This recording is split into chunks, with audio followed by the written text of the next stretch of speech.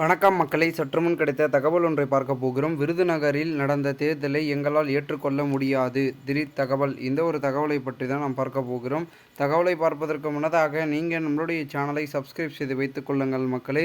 தற்சமயம் வரைக்கும் தற்பொழுது விருதுநகரில் போட்டியிட்ட தற்பொழுது திமுக காங்கிரஸ் கூட்டணியில் மாணிக்கம் தாகூர் மற்றும் அதிமுக தேமுதிக கூட்டணியில் விஜயகாந்தின் மகன் விஜயபிரபாகரன், மேலும் பாஜக கூட்டணியில் ராதிகா சரத்குமார், அதன் பிறகு நாம் தமிழர் கட்சியில் வேட்பாளர் என 4 முனை போட்டிகள் நிலவி கொண்டிருக்கும் இந்த ஒரு சூழலில் தற்பொழுது அங்கு தீவிரமாக தேர்தல் பரப்புரையும் பிரச்சாரங்களும் தீவிரமானது.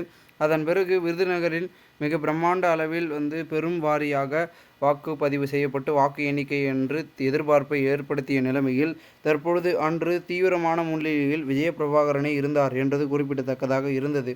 அதன் பிறகு நம்மளுடைய முக்கிய அங்கமாக கருதக்கூடிய விருதுநகர் தொகுதியின் வேட்பாளராக இருக்கக்கூடிய காங்கிரஸ் வேட்பாளர் அவர் மாணிக்கம் தாகூர் பதவி பிரமாணம் செய்ய வைக்கக்கூடாது என்று பார்த்திங்கன்னா ஒரு தகவலை நம்மளுடைய தேமுதிகவிலிருந்து முறையிட்டிருக்கிறாங்க. ஏன்னா அவர் தான் வெற்றி பெற்றிருக்காரு. கிட்டத்தட்ட எவ்வளோன்னு பார்த்திங்கன்னா விருதுநகர் தொகுதியில் முறையிட்ட விஜயகாந்த் மகன் பார்த்திங்கன்னா விஜயபிரபாகரன் 4000+ வாக்குகளில் வித்தியாசத்தில் தோல்வியை பெற்றிருக்கிறார்.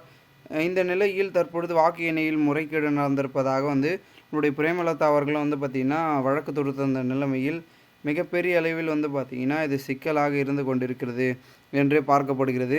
இது மட்டும் இல்லாமல் மக்களவை தேர்தல் விருதுநகரில் போட்டியிட்ட விஜயபிரபாகரன் கடும் போட்டிக்கு பிறகு மாணிக்க தாகூரிடம் தோல்வியை தழுவினார். அதன் பிறகு விஜயபிரபாகரன் விஜயகாந்த் அவர்களுடைய மறைவால் ஏற்பட்ட அனுதாப அலை இருந்து இந்த நிலையில் ஏற்பட்டுள்ளது என்றே கூறுகிறாங்க.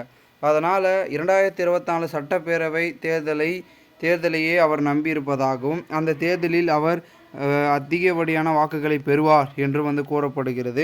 பொறுத்திருந்து பார்ப்போம் என்ன நடக்கப் போகிறது என்பதை. ஆனால் இந்த ஒரு தேர்தலை ஏற்றுக்கொள்ள முடியவில்லை என்ற ஒரு மனக்கசப்பில் பிரேமலதா விஜயகாந்த் அவர்கள் இருந்து கொண்டிருப்பதாகவும் தகவல்கள் என்பது ஒரு பக்கம் வெளியாகி கொண்டிருக்கிறது. பொறுத்திருந்து பார்ப்போம் என்ன நடக்கிறது என்பதனை. மேலும் இந்த ஒரு தகவலை குறித்த பொதுமக்கள் உங்களுடைய கருத்துக்களை கூறுங்கள். இது போன்று நீங்கள் அரசியல் சார்ந்த நிகழ்வுகளாம் தினசரி தெரிந்து கொள்ள சேனலை சப்ஸ்கிரைப்